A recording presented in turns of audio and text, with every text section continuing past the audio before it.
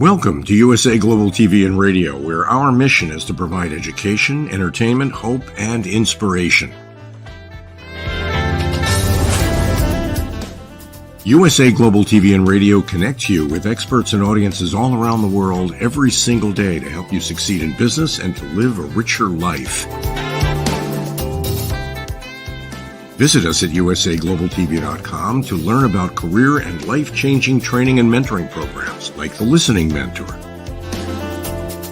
Subscribe to our newsletter to stay informed about our special programs and offers.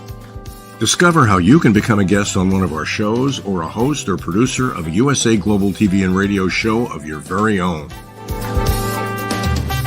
That's USA Global TV and Radio, where the doctor is always in.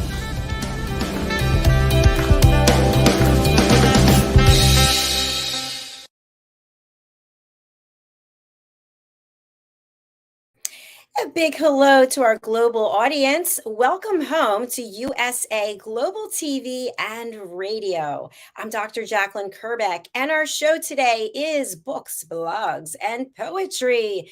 Our star of our show is DIANN BOEHM. We're going to welcome her and our returning guest. DIANN BOEHM is an international award-winning author. She has graced the stage in many capacities as an actress, as a singer, also as an educator, and at her heartfelt passion is really working with children and young adults. Let's bring her out. DIANN BOEHM, welcome.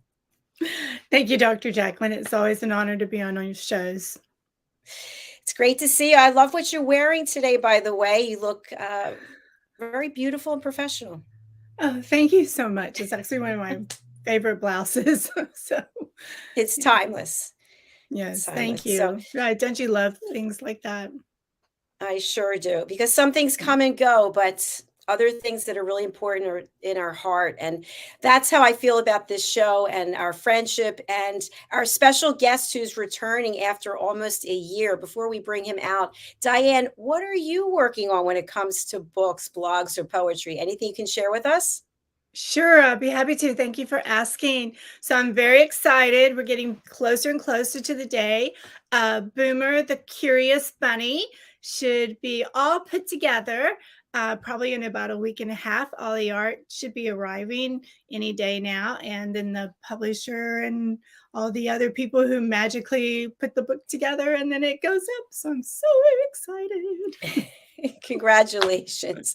That is really exciting, especially putting out more content for children. I feel like they've been through so much and in so many ways. Let's entertain them. Let's educate them. Absolutely. And as you know, my books are all about embracing imagination. And Boomer, he's just so adorable. And curiosity, and I want kids to be curious about things around them. So I think the parents or whomever the loved one is reading to their loved one is going to just really have a happy time together. Well, I wish you continued success with that. So thank you again. Thank you. I'm excited about today's show. I am too. So joining us from sunny Florida, where he still has the incredible support from his wife, and he's writing in different genres. His name is Armand Rosamilia. Let's welcome him to the program and find out what he's been up to for the last year. Hello, welcome. How's it going? I wish I'd known we were getting all dressed up and pretty today. I would have not just put on a t-shirt and rolled out of bed. Well, Armand, I have to say it's nice to see you again. And I love how your studio location is just so manicured is the word that comes to mind. It draws you in that there's so much to look at and everything's so neat and organized. It's very dusty. It's all, my wife yells at me all the time. She's like, will you dust some of these things already? So there's literally there's a duster lying on the floor that the cat plays with that I was supposed to have been using, but I haven't in forever. Well, while we have you on Spotlight, tell us a little bit about what you have there surrounding you. I got a lot of stuff. So this side is, this whole wall is my Marvel comic stuff. So I have posters and various things and Funko Pops and all Marvel comics there. Above me is some Funko Pops above me. This shelf, the bottom shelf, and the other two, the top four shelves are all of my releases over the years. So there's about, I think there's 125 or 130 print books that I've been involved in, either in anthologies or my own work. The one behind me, Toolshed, that was my first hardcover limited edition, 75 copies that came out. That was a bucket list item for me from a company called Thunderstorm Books. They only release very limited edition hardcovers. And then next to that is one of my prized possession, which is a bottle of Pappy Van Winkle 15-year bourbon. And just the rest is a lot of writing books and a lot of stuff. The mugs are their 13 coffee mugs of serial killers up there that accompany Reaper's Brew coffee they used to put out. So I had to get all 13 of them. So whenever back in the day, whenever my father-in-law would come over, he would pop his head into my room and just shake his head and and then walk away. A lot of stuff is just random stuff that readers have given me over the years and other authors have given me. So it's kind of neat when somebody new comes in and they spend their time. I have a whole wall of Funko Pops. I have a whole wall of Conan the Barbarian stuff and other books and just a lot of things to stare at. It looks great. Is there any alcohol left in that bottle is what I want to know. There's about a third of it left. So I'd signed a big contract about 2 years ago, and my wife said, what do you want to do? Spend some money. You never spend any money on yourself. And I said, well, there's nothing I really want. And she said, what about bourbon? I have a cabinet, which is about 100 bottles of bourbon and rum. And I'm not even really a drinker. Like I haven't had a drink in like 3 months. I just like collecting. That's, as you can see, I'm a collector. And so she says, well, what about the Pappy Van Winkle? It's very hard to get. The bottles at that point were running about $3,500 a bottle to $4,000 a bottle. And I said, all right, if I can find one. And I actually found one. And I bought it. And it was like my finger was shaking when I was hitting the enter button to buy it. I'm like, that's a lot of money for a bottle of alcohol. And so anytime anybody comes over that is a drinker, that appreciates bourbon and whiskey, I always give them a shot of it. And most people have never had it before because it's so rare to get a bottle. So that's always fun. It's kind of an icebreaker when people come over and they see my liquor cabinet and they see all the bottles. And I've had people that have come over and they're like, well, I'm really just a beer drinker. And I'm like, well, then you're not getting like a $250 shot of my alcohol. You may have a lot more friends right after. Yeah, I was just thinking. That's funny. So, Armand, we were talking a little bit before the show began about what you've been doing over the last year. You've had a number of things that have happened that have impacted you. And we talk a lot on this platform about mental health awareness. In fact, we just had a show yesterday where somebody on our team was sharing that they might be putting themselves in for treatment, that their depression and anxiety has gotten so bad. So anything that you'd like to share about how some of the losses you've incurred have impacted you? Yeah, I've had a bad 6 months or so, to be honest. It started back, so a very good friend of mine, Jay Wilburn, a fellow author, he's always had health issues. It's a family thing. So we knew he wasn't going to live forever. And I had gotten to take him to a Scares That Care, a convention. His wife couldn't go because she had gotten COVID. And he really thought this was going to be his last one. And it's up in Virginia. So I just said, you know what, I'll come get you. I didn't want to go, but I'll come get you. So I drove from Jacksonville up to Myrtle Beach, picked him up. We drove up to Williamsburg and we spent the weekend. And I didn't even bring books with me. I just hung out at the convention and it meant a lot to him. This was back in like August of last year. So it was great. And it was the last time I actually got to hang out with him. I got to spend a whole weekend, just he and I sharing a hotel room, me sitting at his table all weekend. And then in October of last year, he had a massive stroke and he died. So me and my wife drove to Myrtle Beach, and he was in the hospital, but they knew they were taking out the feeding tube and everything else. And so that was like crushing for me, because he's literally my best friend. Literally any question I had about writing or anything, I went to Jay. And he got me turned on to a lot of really cool things. He got me onto, I write live on Twitch 3 or 4 days a week. He turned me on to how to do it. He set up my screens and everything. So, he's just a real important person to me. So he passed away in late October, and then I'm still dealing with that. And then we get to Thanksgiving, and my wife's father, my father-in-law, was having some issues, but we didn't think it was anything major. And it ended up he had not been diagnosed. His doctor had not diagnosed him, and he had cancer. And within like 2 weeks of going to the hospital, he passed away right after Thanksgiving. So that was really tough. And then literally 51 days later, my father, who was healthy, he started complaining that his back hurt, and he went in, and it ended up that he had cancer. And within 2 days, he also passed away. So 3 major deaths within a few months like that. And it really rocked my world. I was in therapy. I have therapy once a week, and it's more for me to just vent and just not, there's nothing to deal with. There wasn't a ton of things to deal with. I had a great childhood and everything. I get depressed. And so that was kind of it. But now with all this going on, my therapy turned into really having to deal with things, really having to deal with this stuff around me. And it was really tough. It's still really tough to deal with it. And so that's definitely been a help, to be able to do that every week, to be able to talk to somebody who I always say doesn't have any horses in this race. Because the people around you, they have their own feelings about people and different things and everything. And so I wanted an outside person to hear what I'm saying, and called me on my BS too. On a lot of times we'll be having a conversation about my father-in-law or my dad or whatever, and then something I said months ago will be brought back up. I wasn't super close with my father-in-law. We had nothing in common.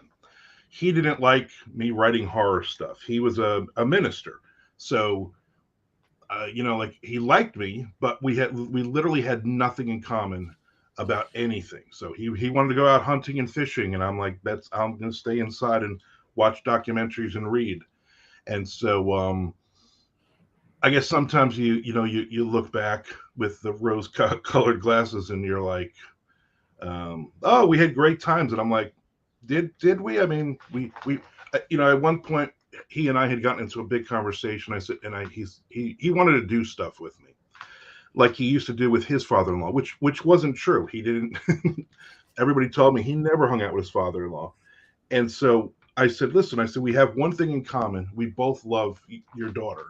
I said, and I guess we'll go out to dinner once a month, and we'll do that. But that's really it. That's really that's what we have. And let's kind of live with that. My dad, on the other hand, I talked to him almost every day. We talked baseball. We talked sports cards and everything else. So when he passed, my mother thankfully is in really, really good health. And but now she'd been with him, it was over 50 years. She had been with my dad. So it's a big change. And my dad was a sports card collector. So he has over 3 million cards in his house.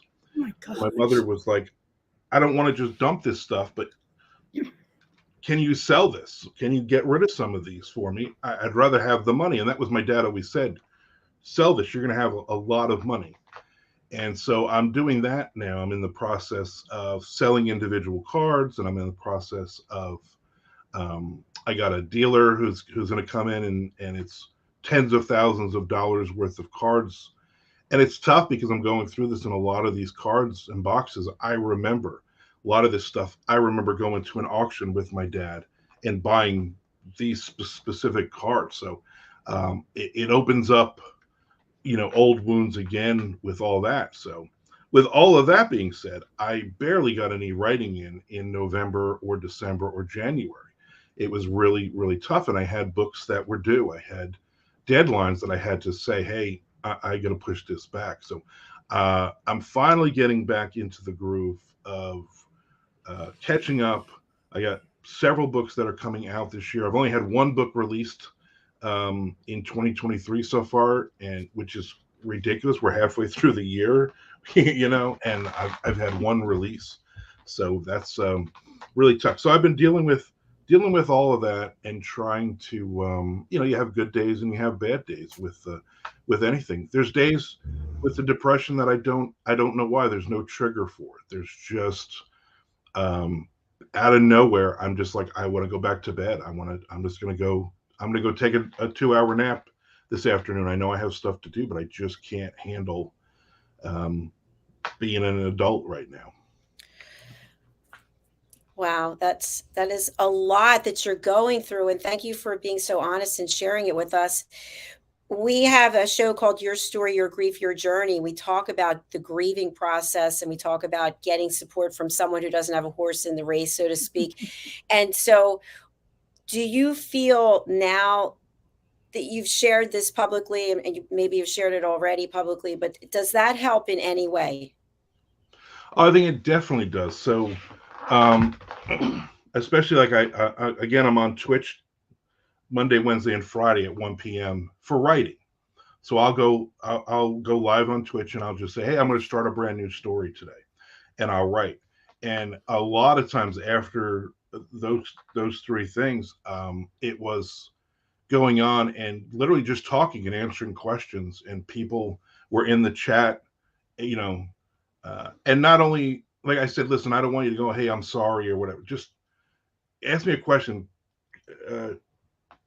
Get it where I'm not even thinking about this. Let's just talk about something else, kind of thing. But you go back in and you deal with that, and I think that really helped because some of those people I don't know in real life, which was good, and I got to vent. I got to deal with stuff, and I got to and good and bad. I got to deal with other things that are happening. And I'm also, unfortunately, the kind of person that takes everything to heart. And so even the slightest thing, real or imagined, I'm going to, beat myself over. For instance, I'll post food pictures on social media like, hey, I just made this whatever meal is. And then I had this one person who would always go, oh, that's pretty good, but I would have used ziti noodles instead. And I don't like salmon, so I would have done like a dozen shrimp in that. And that would annoy me to the point where my wife would be like, just block this person. Just ignore this person. They're not saying it to be mean. They're just saying what they would do. And I said, I'm sick of every meal I post. It's a complete opposite thing. And so I started complaining about that on Twitch, and I sent a message to this person. I said, I don't know if you're trying to be funny. I don't know what you're doing, but can you stop? Because you're bothering me. And I got a lot of stuff going on in my head right now, and I don't want to be a jerk to you, and I don't want to take it out on you. And then they were just being themselves, kind of thing. And then they stopped doing it. And then another guy picked up on it that I had complained. And then the next thing I had posted, they commented and said, I would have not done a single thing different in this entire meal. That meal is perfect, something like that. And I started laughing because I was like, all right, I'm over the top here. I know I'm stressing. I'm getting mad about literally about nothing. And so I try to kind of walk my way back from those moments when I'm getting mad for no reason. I think that's what it is. 53 years old, and I still sometimes I'm that hurt little 5-year-old, and you can't help it. I think it's amazing that you're aware of it and that you acknowledge it. I think there are many times that we give other people our power and we don't necessarily know why. And then all of a sudden we take a step back and go, oh, wow. But then you had somebody step up and say, hey, I love everything that you're doing. So Do you align yourself with that person or the person who's picking at you? I'd like to think I align myself with the positive person, but I'm more still dwell on that other person. So like on Twitch every Friday, we do what we jokingly call Positive Friday. So I'm not allowed to say anything negative, and nobody's allowed to say anything negative in the chat. And of course, there's sometimes like we'll talk about somebody, and then somebody will pop up and go, "Remember Positive Friday?" I'm like, "Okay, I'm positive this guy is a jerk," And then we'll kind of joke and we'll laugh, and then we'll just like we kind of move forward. But it lets me know, okay, stop complaining about every little thing there is, because you have those times where I just sit back and I realize, man, I'm living the dream I've had since 12 years old of being a full-time author. This is my life. I'm able to contribute to the household. We're able to go on trips. We had a really nice trip over Memorial Day weekend, me and my wife. We went to St. Simon's Island for 4 days. And just no laptops, no talk about her work, my work. We just relaxed and ate a ton of food, and got to hang out on a really gorgeous island, and not worried about the money on all of that, not worried about all the other stuff. And so I try to remember that as much as possible, that I'm doing what I want to do. I have a job that I love. My wife has a job that she loves. And we're making really good money, and we're able to just do things that most people can't do. Most authors I talk to have a full-time job in order for the medical, in order to pay their bills, in order to keep the lights on. And so I'm very blessed in that respect, except a lot of times for no reason I forget that, and I only dwell on the negative stuff. Well, congratulations on that. If you knew how many times I hear from people about the money, it's the money. It's nice to hear that someone has not worried about the money and doing what they love. Yeah. I was going to share with you, when you're a gentle soul. So I suffer from some of the same things you do in regards to people saying something, and I'm like, well, it's just constructive criticism. And I'm just like, it still hurt my feelings, I turn that little kid. But I have a question for you. So has any of your characters, Bigfoot or anyone, have they been in situations where all of a sudden they turn into the sweet little Bigfoot before they are like ready to pounce on you? Yeah, a lot of me is in a lot of my characters. And it's the old adage, the old cliche, write what you know. And a lot of times I can get into the head of the character I'm writing because of stuff like that, because of the way they look at the world. And sometimes you read these characters and you're like, this person's an idiot. They don't realize what's right in front of them. They don't realize that the all this good is in front of them. They're only looking at the bad. And it makes for writing, it makes for the great conflict of, you don't want everybody just going through life and they get everything they want and everything is hunky-dory and all that. You want the conflict and stuff like that. And a lot of that, a lot of it is physical conflict, but a lot of it too is, as I've gotten better as a writer, is also that mental part of what they're going through as well. I think that's just equally as important as it's equally important in their head of going through stuff as somebody, shooting at them. Makes total sense. Yeah, absolutely. Something that came to mind, and I just when I was looking at you and I saw how beautiful everything is, we were talking about it before, how organized everything is. I'm like that in some ways too, but then personally, I might be a mess. Like I know when I vacuum, I like to vacuum so that there are lines and everything's in perfect order, and then I don't want to step on it, but yet I might. It's interesting about how our human behavior is, and it may look one way to somebody on the outside and then feel very different on the inside. Yeah, I definitely agree with that. There are, I have rituals, I guess you could call them, that I'll do every day. And so I've been full-time for 12 years as an author. And the one thing that I hate is waking up to an alarm, having to get up. And my wife gets up every day to an alarm, and I never hear her alarm, which is great.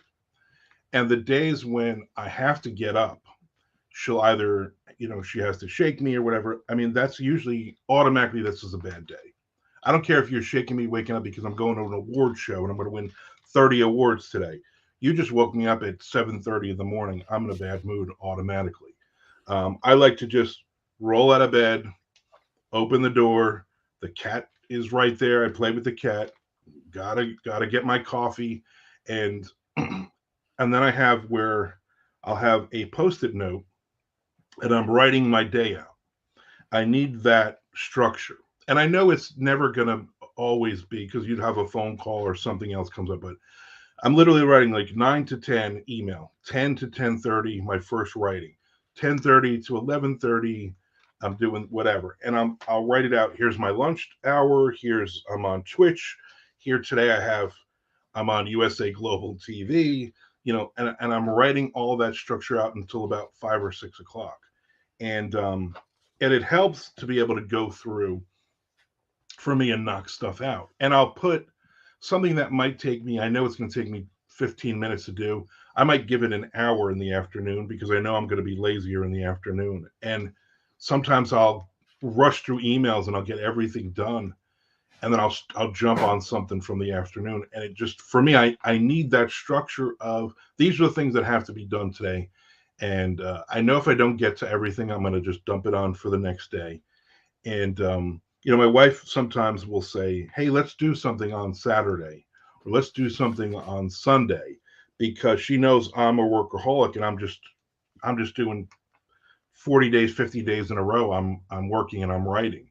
So she really has to sometimes pull me. And it's because she sees I'm getting grumpier. She sees I'm getting more negatively focused on something. When I have a book that is due, I just get in like that dark place where I'm like, leave me alone. Just, I got to finish one more chapter and then I can come out and eat dinner kind of thing. And she grounds me. She'll come home and sometimes she'll say, "Go put some pants on and take me to dinner. I want a steak." Okay. And then I don't realize, I think, oh, she's doing this because she's hungry and she doesn't want to cook tonight. She wants a steak. But I realize it's also, she knows I need to get out of this house. I've been in this house for 4 or 5 or 10 days straight.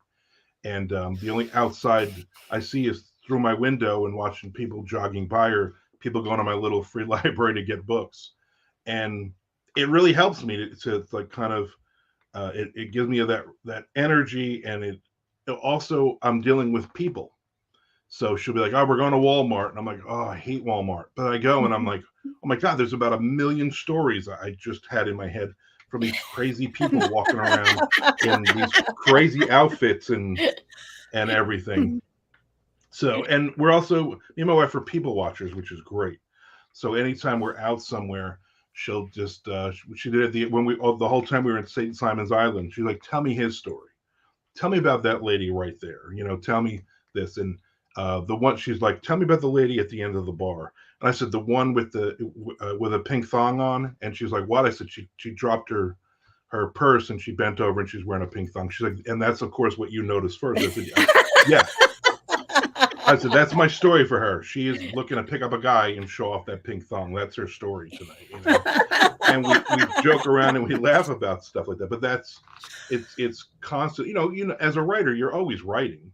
Whether I'm sitting here physically writing in my head, I'm always writing. I'm always storing characters, conversations, which is fun because then I'll write something and my wife is my first reader usually. And I'll hand her something and all of a sudden she'll laugh and she'll say, "I remember this person.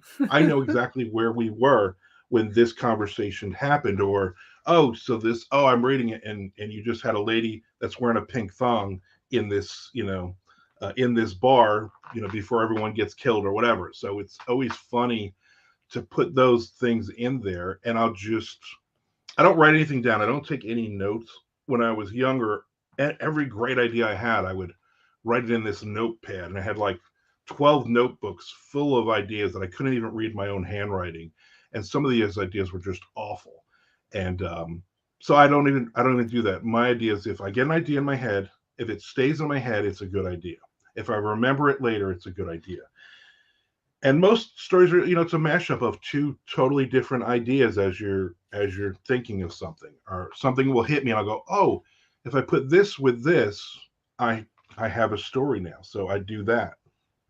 And so, for me, it's not realizing that I need to leave this room every once in a while, and not just to go and get another cup of coffee. I need to go out into the real world and be annoyed. The one thing she always complains because I always make her drive.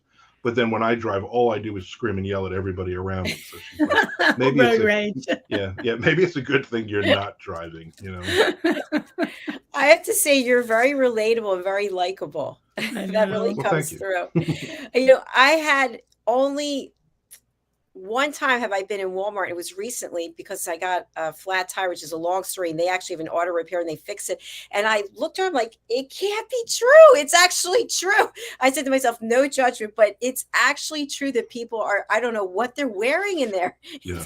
It's amazing. You see anything and everything. We have a Walmart we went to one time, and on the way out, it was like 8:00 at night. And on the way out, when we got back to the car, I said, we just went through the gauntlet of homeless people. There was literally a dozen people that were begging for money, just standing in front of Walmart from the door to our car. And I'm like, is this like a normal, like this is a weird thing. Like, I didn't realize there were so many. The Walmart's in the middle of nowhere. Like, where are all the homeless people hanging out in the woods behind? I don't know what's going on here. And then I kind of laughed, I was like, I couldn't tell the difference between those people. They were better dressed than the people inside shopping at Walmart right now. It was like the weirdest thing. Are you thinking of doing a book just on Walmart? That would be fun. I did do a book. I think I talked about it last time I was on, a Dunkin' Donuts book. Oh, that's right. Yeah. So I did 31 days, October of 2019, every day. I went to a different Dunkin' Donuts, and we were traveling that month too. So everything from Jacksonville, everything in Florida, all the way up to Massachusetts. We hit a different Dunkin' every day, and I had a different item, either a drink or something to eat, every single stop. And every single one, I would go and sit in there with my laptop, and I would talk to people, which I'm not really like. This is good, like the three of us sitting here chatting, but I am normally the person in a group setting. I get panic attacks. I get anxiety. I don't want to be around 100 people. So I'll sit in the corner. And so going out there, part of the story, part of the book was me just, getting out of my comfort zone and talking to complete strangers about just random things, anything. And that was a lot of fun. And I learned a lot about, me as well. A lot of times I needed my wife there. I needed somebody I knew there, kind of as the anchor of me being out. I also learned the most important thing. Somebody had asked me, what's the most important thing you learned in the book? I said, I learned that Dunkin' has the greatest apple fritters ever, and I could just eat 100 of those a day. Wow. That's great news. So, in what you're going to read for us today, are we going to we need to be eating some donuts while you're eating, or apple fritters? I wish I had some. That would be nice. So my latest book out is I just actually got the print copies yesterday. Is High on Bigfoot, which is I always say goofy. I guess that's probably not the right word. It's a monster thriller, kind of like if you're watching Saturday afternoon monster movies when we were kids, kind of thing. And so a company, Severed Press, I did 6 books for them, and now I'm in the middle of another 6-book contract with them. And basically I just pitch a bunch of ideas and they go, yeah, write these 6. And they love my Bigfoot stuff. I did one called The Beast a couple years ago, which still does very well, and they wanted another Bigfoot. And I was watching documentaries on Netflix or whatever, and they had a documentary about illegal marijuana growers. So I don't smoke. I've never done drugs or anything, but I find anything fascinating as a writer. I want to learn about anything and everything. And it was one of those things where I said, all right, Bigfoot, what do I do? Oh, I just watched that documentary. So and I called it High on Bigfoot because I think that's a fun title. And so it's basically about illegal marijuana growers in California on a mountain, and there's Bigfoot that lives on the mountain, and don't mess with Bigfoot or Bigfoot's going to rip you apart. And obviously not spoiling, but I mean, obviously Bigfoot's going to kill somebody or many people. So this is High on Bigfoot. I'll read you the first couple of pages just to set up the characters. Chapter 1. Buck knew this was a mistake, and yet he decided a summer in the mountains with his best friend while growing and smoking weed might be interesting. There will be no smoking of the product, Gestapo Carl had yelled as soon as they were all together. 16 newbies, all from Los Angeles, San Francisco, and even San Diego, all taking the long drive to the middle of nowhere to make some money. You had to know a guy in order to get this summer gig, and Buck's best bud, Aiden, his dad, had worked up here for most of his life, until the motorcycle accident last year. Now he'd handed it off to his only son to continue the legacy. Bro, my great-grandfather used to work with the original dudes who started this, Aiden had said. He was driving his beat-up Volkswagen bus, which Buck thought was such a cliche. Without his own ride, though, Buck never said anything to his friend. Instead, they drove into the mountains. This would be Aiden's second summer and Buck's first, and they were excited about doing something important before they had to go to community college or find a real job. This was their summer, and they were going to spend it getting paid and getting high. Aiden listened to awful music, though. Crap his old man loved, like Led Zeppelin, Pink Floyd, The Doors, and Grateful Dead. Old people music. Can't we put on something cool? Buck had asked. This is cool. Pass me that. Aiden took the joint and inhaled deeply. This skunk weed is nothing. Wait until you smoke some real fresh stuff, not this oregano. Buck now wished the drive had been longer because Gestapo Carl seemed to be looking right at him as he shouted commands and told them what they could or couldn't do. Most of it was what they could not do. Only males allowed on the mountain, Gestapo Carl shouted. If anyone tries to smuggle up a female, they will not only be fired, but sent to the cave. Do we have an understanding, ladies? Buck knew he was going to pay for it, but he raised his hand anyway. Gestapo Carl snickered. This ain't high school, you stupid idiot. What? What's the cave? Buck thought the guy was going to explode, spit flying from his mouth, his bald head turning such a bright red it was nearly going back to white, the blood throbbing. Gestapo Carl took a deep breath as he stopped shaking. He pointed a meaty hand at Buck. Trust me, you don't want to ever find out. We've lost a few good men over the years. Never mind me sending you to meet your maker, son. He'll find you if you're bad. Buck glanced at Aiden, who motioned with his hand to shut up. No alcohol either. If I smelled on your breath, you're fired. If you queers diddle with one another's little peckers, you're also gone. No females means you touch yourself in private, and no one hears or knows about it, Gestapo Carl shouted. He was pacing now. You 16 won't make it through the first month. Likely not even the first week. This is hard, rewarding work, like our ancestors did before the government tried to stop us. Gestapo Carl ranted for the next 10 minutes about cash crops and government conspiracies and whatnot. Buck couldn't care less. He was here to make money. He got high, but it wasn't his life like it was Aiden's. His bud wasn't happy unless he was rolling a joint, smoking a joint, or talking about rolling and smoking his next joint. There are over 100 men working on this mountain. Some of you will be assigned specific duties like guards. Others will work the harvest. Some will be inside making food or running errands. Gestapo Carl stared at Buck. Others will be on latrine duty. We need to keep the area clean of our presence. If Johnny Law raids us, there needs to be nothing they can find that says we were here. Buck groaned inside. He knew he was getting latrine duty, and this summer was going to be a bust. So much for the great outdoors and being one with nature, he thought. Wow, I love that. So it introduces us to our goofy main characters, and also the reality of what they're going to face going up on the mountain. Right. You set the stage for suspense when you said meet your maker. Right. I love It's that really line. well written, and you really drew me in. I don't do drugs either. I've never smoked pot, so I thought it was interesting the way that you had the terminology. Yeah. I guess lucky for me, a lot of people around me growing up smoked a lot of pot, and so I learned a lot of it secondhand without getting secondhand high, which is good. I loved your phrase where you said oregano. Yeah, I love that too. And people have always been interested in Bigfoot. Yeah. I I went wonder to why.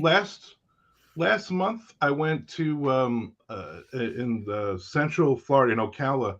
They had the Great Florida Bigfoot Conference, and my wife says, no way am I going to that. And my daughter, who's 22, she's like, oh, I would love that. Let's go. So me and my daughter drove like 2 hours early in the morning and got there, and there were almost 5,000 people there. Wow. Which we laughed because I said to her, I had my camo shorts on, and I said to her, "You're literally the only person in here without anything camouflage on." And it was funny. I would like to believe that Bigfoot and Florida down here we have the skunk ape, which is our version of it. I would like to think these things are real. I don't believe they are. I think at some point we would have found something. But walking around, they had booths, and listening at every single booth, there was somebody standing in front of whoever was just trying to sell their tchotchkes and talking about, well, he came out and the beagle started barking, and I'm like, so me and my daughter are laughing. We're like, every person here has seen Bigfoot, and they're going to tell every single table their story about it. And then we had guest speakers, and one of the speakers had this big long presentation about that there are 13 different zones in Florida where the skunk ape could live, and each one should have 6 Bigfoot. So Florida has 78 Bigfoot. That was what he came up with. And my daughter was just cracking up, and I'm like, stop, these people are going to kill you. Like, be quiet, stop. And she's like, 78 Bigfoot. I said, please shut up. I'm gonna throw you out of here. And but it was fun. It was fun again, learning something else and hearing stories about interdimensional portals and all this other, I don't want to say wacky, but wacky theories about all these cryptids, all of these creatures. And so it's funny. Like, in fact, the next book I'm writing now for Severed Press is another monster. It's a St. John's River monster, which is St. John's River runs right through the center of Jacksonville here.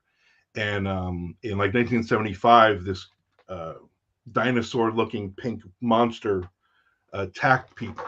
So that's kind of, and we've had sightings ever since. So that's kind of the premise for the next goofy book I'm going to write, And so it's just funny that you can, as a writer, you're listening to all these people, and you might not agree with them, you might not believe in what they're even talking about, but you're like, there's an idea for a story right there.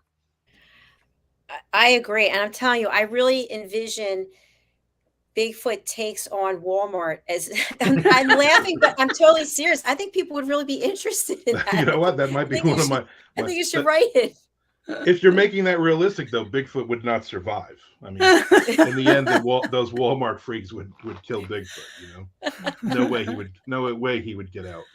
He'd have to be miniaturized because he wouldn't be able to fit in the store. But or King Kong could come to his rescue. Yes, Diane, there you go. I like it. So tell us about your Twitch show. How can people get involved with that? So Twitch is a platform that was mainly for gamers, although there's all kinds of people on there.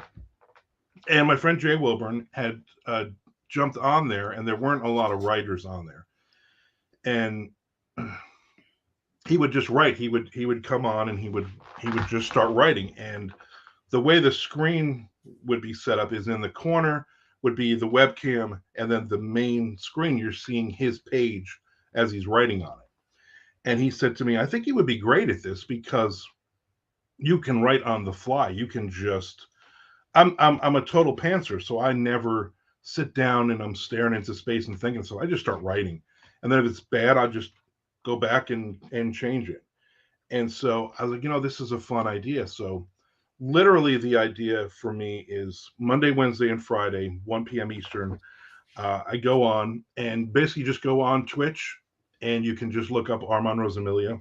It's Armand_Rosamilia. And I'm under the writer tag. And I just have a title. I'll just literally start Monday morning with, I have all the page says is a title, whatever the title is.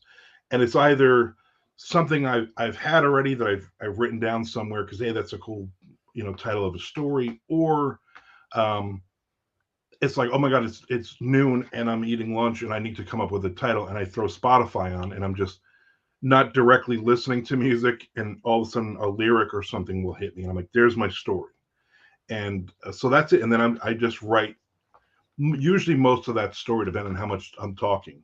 And it's fun. It's interactive. When I get to the next page, there's a shout out thing where somebody will you get points. So for like 100 points, you can have me yell next page.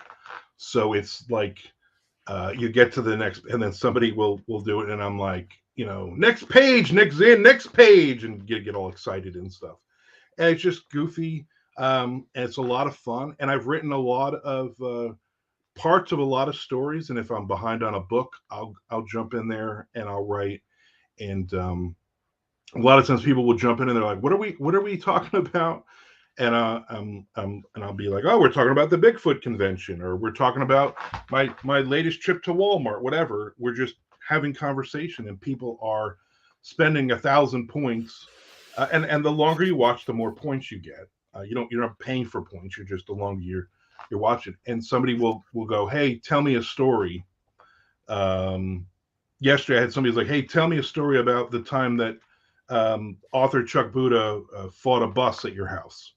I'm like, all right, let's tell this story. And I'll sit here and tell a story. So it's fun. It's interactive. It allows me to not just sit here all day by myself. I look forward to going in, even if I write 300 words in an hour. It's not really about the writing anymore for me. It's really about the interaction. It's about seeing the same 5 or 6 people every day. They're at their work. They schedule their lunches around it, and we're talking, and then a bunch of other people. So I might have 10 or 15 or 25 people in the chat room at any one time, coming and going.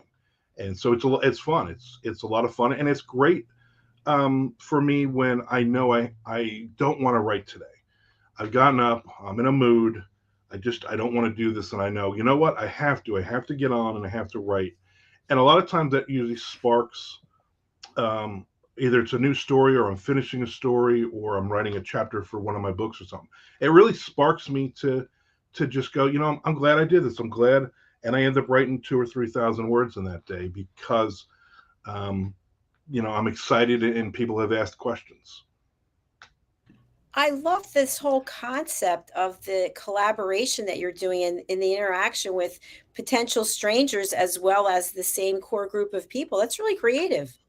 It's fun. It's a lot of fun. And it seems like every day there's more and more writers getting on, and more writers who are trying this. And you have artists, and you have, it's a ton of gamers are on playing games live. And I'm an old man, so I don't understand that, why you're watching somebody else playing a game live, but they do it. And then there's like really fringe stuff. Like there's, I was like, because they'll suggest some. So I'm like, what's hot tub? Of course, what is it? It's a little 20-something in a bikini, literally sitting in a hot tub. And she's like, oh, do you want me to turn over and show you my butt? I need 500 subscribers. And then I watch the numbers go up. And where I have I'm happy with 15 people. Some of these have 4,900 people, all guys, of course, watching her and spending money buying the subs for her. Wait, she's really doing it? It's live? It's live. Yeah, all of these are live. So literally, she's like, "Oh, do you want to see my bikini?" And it's like weird. Like you go on it, you go on the one I went on. It was just like you just see her elbow, and she's like, if you want to see up to my shoulder, I need 50 subscriptions. And then if you want to see my left boob, if you want to see my head, if you want, and I'm like, this is like crazy that they do. And there's thousands and thousands of guys that are paying in on this. So like So, this. so none of it equates to money, though. Oh, it does equate to money. Like I make money doing this. Not showing my elbow, but I mean the writing. I should do like, listen, here's my elbow. If I don't get 50 subscriptions, I'm going to take my shirt off. So you better pay me. No, wait, how do you make money from it? So if you have, for instance, if you're watching and you have Amazon Prime, there's a thing is called Twitch Prime because they're tied in together, and it's free for you. You just on the subscription thing, you just click Twitch Prime. And then you're subscribed to my thing. So you don't have to see commercials or anything. You're just watching the stream. Doesn't cost you a thing, but I make like $2 or $3 every time somebody does that. And if you don't have Twitch Prime or you don't pay in, I think it's like $2.99 or $3.99 or something for the month to watch without commercials, then you're watching 7 or 8 or 9 commercials in a row. And I get paid pennies on every time you watch through a commercial. So I'm getting paid a couple different ways. There's also, you can, they're called bits, where you can just, basically you're tipping me money, which will happen every now and then. So once you get to 100 followers, then you start making money. Then it's monetized.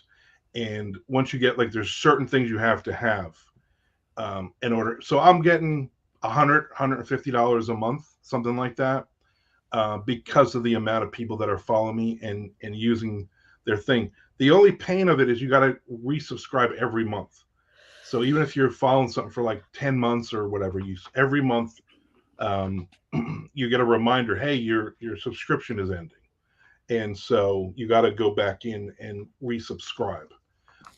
But it's fun. I can only imagine what, like, some of the gamers have, like, one guy had like 35,000 people following him on the stream at once. And as I'm watching, the chat just goes and you can't even follow.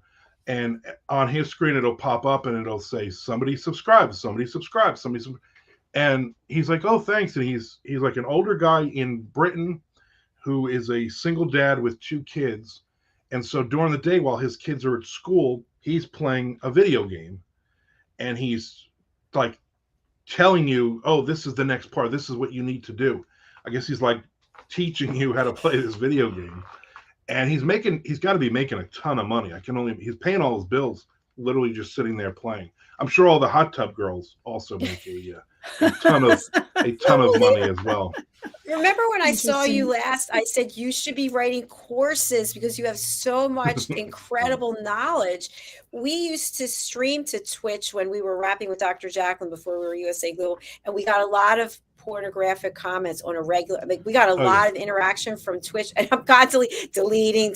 So that's why I stopped streaming there, but I may have to revisit that. So it's fun. Yeah. There's a bunch of female writers that I follow. So like in the morning, a lot of times, because, we're in all different time zones. So a lot of times at 10 o'clock when I want to write, I'm like, I don't feel this. Let me jump on Twitch and see who's live. And you'll go on there and it'll be like, oh, okay, I'll follow her. And she's got like 15 people. So I'm commenting on whatever she's doing. And I'm also in the feed following people because I need more followers too. And yeah, every now and then you'll get where somebody just pops in and they're like, show me your boobs. And she's like, oh, let me block somebody now. And you get that like all the time. And my joke was always, how come nobody has to see my boobs? And, so then I get a couple of people that know me on my feed every now and then. Somebody will say, show me your boobs, and I'll be like, if you're going to pay for it, But now this woman is showing hers, right? No, this is just a writer. She's just a writer on, just a woman writing, but I guess she has boobs. I would imagine she has boobs, and this guy apparently wants to see What them. about Hot Tub Girl? Oh, Hot Tub Girl, they get tons of those, except the stream is so much you can't even read any of the comments. They're just on there like all kinds. Like there's one guy who films, he's in Brazil, and his whole feed is live of him walking on the beach. So he's walking down the beach and he's just showing all the girls' butts and all the girls laying out, and it's like 3 hours of him walking up and down the beach, and people are giving him money or people are commenting, oh, go to the girl in the blue bikini and say hi to her or something. He's like, if you pay me 1,000 bits or whatever it is, and then they do it, and then he walks over and he's talking to the girl. It's It's amazing. the craziest stuff. That's wild. It's amazing. I learn something new every day. Yeah. It's the crazy ways we can make money now. It's right. And so if you're bringing real value, that's not revered as much as if you're showing body parts, it sounds like. Yeah, apparently if you want to do really well on Twitch, then get in a bikini or show off your elbows, I guess. We're gonna have a show just called The Elbow. Yeah.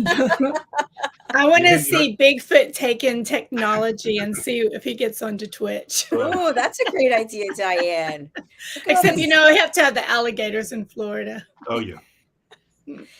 Potential collaboration. I love it. Yes. Well, my friends, we are way over our time. I really enjoyed the show, and thanks for being here. So, Armand, how can people reach out to you, and who do you want to contact you? So I love talking to people. I love emails. ArmandRosamilia@gmail.com. There's my website, ArmandRosamilia.com. I'm on every social media platform, whether I understand it or not. But the main one is going to be email. Twitch is a big one. I have an author, Armand Rosamilia, Facebook page. And my Twitter is at Armand Author. Any of those, you can send me a message, hang out, see my newest releases. On my website, there's a newsletter that you can join. And I'm also just joined Substack. And so I'm doing all of my horror stuff, all the horror news and updates on my Substack, which just look for Armand Rosamilia. Okay. Fabulous. And if you have time, can you just drop your email into the chat so I can share that with people? In the comments or the private chat? In the comments would be great. Thank you. Diane, what about you, my friend? How can people reach out? Oh, sorry, I smiled at the wrong person. Hello. Diane, how can people reach out to you, and who would you like to contact you? I love to hear from everyone. Go to my website, DIANNFLOYD.BOEHM, DIANNFLOYD.BOEHM.com, and be sure to subscribe to my newsletter. And all my social media, you can just go right there and you can click on, and you can find me in your favorite social media as well. Thank you, Dr. Jacalyn.